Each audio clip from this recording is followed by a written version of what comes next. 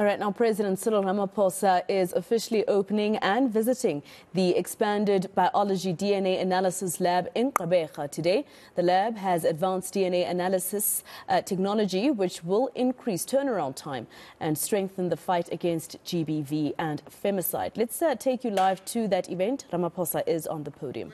Since the first women were accepted into the then South African police over 50 years ago, when they were brought in merely to perform administrative and so-called soft duties. Today, women are taking their rightful place in our police and security services. Today, we have women in the top echelons of our police service and other security arms of the state. We have the first ever female Deputy National Commissioner of Police, Lieutenant General Gqeberha Musikidi.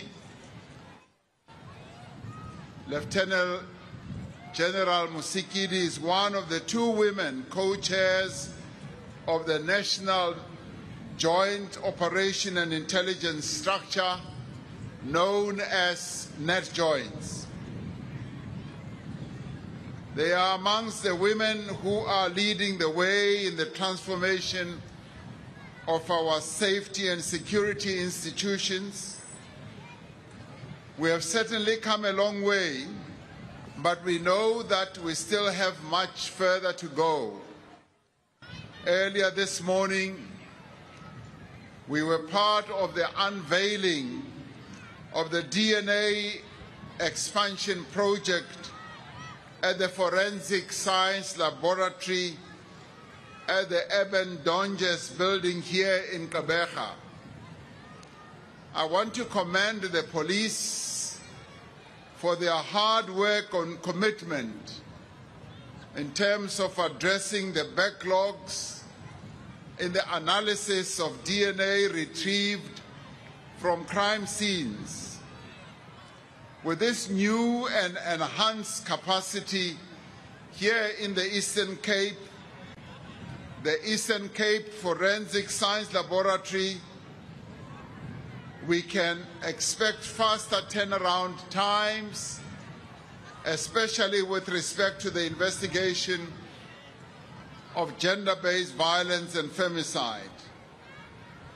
I remember a few years ago when there was an outcry of the backlogs in DNA samples that were never processed. We committed then,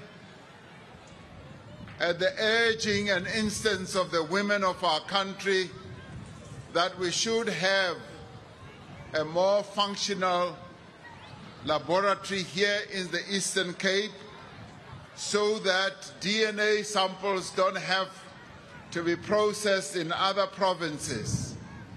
Today here in Gqeberha we have our own very modern and with the latest technology here in Gqeberha.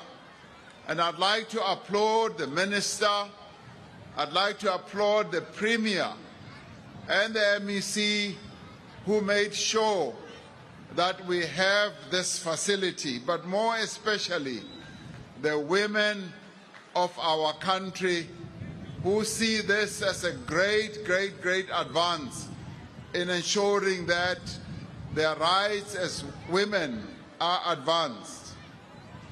The improved forensic capabilities should be able to expedite investigations and help our police build stronger cases with solid evidence to enable successful conviction of perpetrators who continue to kill the women of our country, to abuse them, to rape them, and to do all sorts of really dastardly things against them. People who commit crimes against women and children have no place in our society. We depend on this and other forensic science laboratories across the country to indeed make sure that these criminals are put into prison behind bars, and that is where they should remain for the longest of time. It is impressive that the construction and the upgrade of this facility, which started during COVID-19 period in 2021, was completed 6 months ahead of the projected completion time, and it was done under budget. This shows real progress in the way that we do things. It is worth mentioning that this project is driven by a woman, the Divisional Commissioner for Detective and Forensic Services, Lieutenant General Kosi Sintumule. As we wrap up this Women's Month, we appreciate all women in the integrated security and law enforcement agencies across all the ranks in our security services. It is indeed these women who continue to make significant strides in what was previously considered the male-dominated environments in the security services.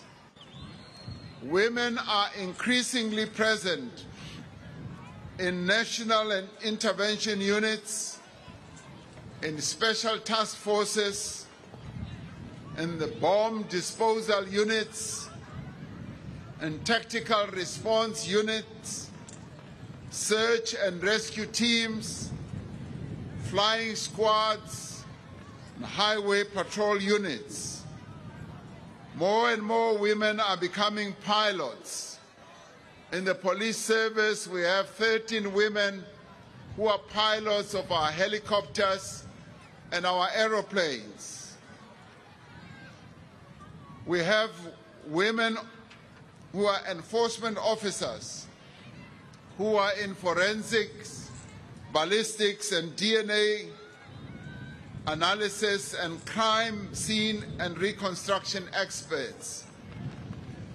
They are correction officials who are here present today as well, mechanical engineers, motor vehicle reconstruction experts, and artisans. Indeed, there should no longer be any other area of the police and security work that is close to women, and no area where they are not able to go in and excel.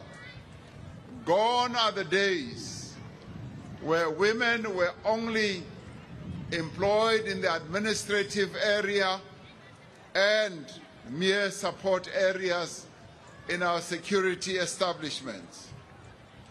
Let me commend the Ministry of Police and the management of the South African Police Service and all heads of other law enforcement agencies for ensuring that the goal of gender equality in the workplace is closer to becoming a reality. 5 out of 9 provincial commissioners in all our 9 provinces are women. That is a phenomenal achievement for our country. This is the result of hard work that led to well-deserved promotions. All these women who are in these positions, and even those who are standing before me, deserve where they should be. They have had to compete against men, and they have risen to the top and the pinnacle of our agencies. Let me also recognize and commend efforts by other departments like the SANDF, Correctional Services, Metro and Traffic Police, who are also working to make sure that women have equal opportunities for career advancement. We also have the border management officials here. We appreciate the struggles of women over the generations that laid the foundation for these achievements. We welcome this type of integration of multiple forces and capabilities led by women in the security and law enforcement space. It is imperative for all of us gathered here today, men and women, that we support these women who are willing to put in the work and make the sacrifices to ensure that everyone in South Africa is safe. Some of them even go on to put their own lives at risk to ensure that the people of South Africa are safe. While we have much further to go towards making gender equality a reality in all workplaces in South Africa, our integrated law enforcement agencies are indeed leading the way. So we salute you, the women who are in our law enforcement agencies. Today we woke up to a disaster that has befallen our country, where a number of people in Johannesburg were engulfed in a blaze and a fire that has resulted in the deaths of more than 60 people and many more injured. I would like to offer my deep condolences to the families of those who have passed away and those who are injured, and wish them speedy recovery for those who are injured. My thoughts are also with the households and individuals who have lost their places where they live, their accommodation and possessions in this terrible incident. This is a great tragedy felt by families whose loved ones perished in this terrible manner, and our hearts go out to every person who is affected by this disaster. This incident calls on all of us, from the emergency services and other entities of government, to reach out to survivors, to help restore people's physical, psychological well-being, and to offer all material help and assistance to the residents affected by this. And I do hope that the investigations into the fire will enable communities and authorities to prevent a repeat of such a tragedy. Whilst today we reach the end of the month that we've been commemorating Women's Month, it is sad that this day ends with such a tragedy. But at the same time, we should also appreciate the enormous progress that has been made to advance the position of women in the police service, in our other security agencies as well.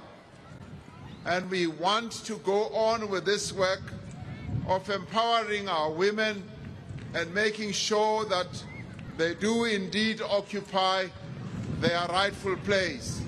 So to the women of our country we say, Hala ala makosigazi, hala ala. halala zimbokodo halala phambili nemakhosikazi ase-South Africa phambili ngiyabonga. Ladies and gentlemen, please rise. All right, President Cyril Ramaphosa in the Eastern Cape, in Gqeberha in particular, just there for the launch of the SAPS's laboratory that would look after evidence, a very strategic province in the fact that it's also one of those provinces with a high crime rate and a high rate of gender-based violence. And so this will be very important with the backlog that we've spoken about here on Channel when it comes to the DNA results and some forensic results when it comes to GBV and femicide cases. We've got our reporter Ronald Masinda there in Gqeberha at that particular launch, and he'll speak to us about what other role players said, such as Police Minister Gqeberha.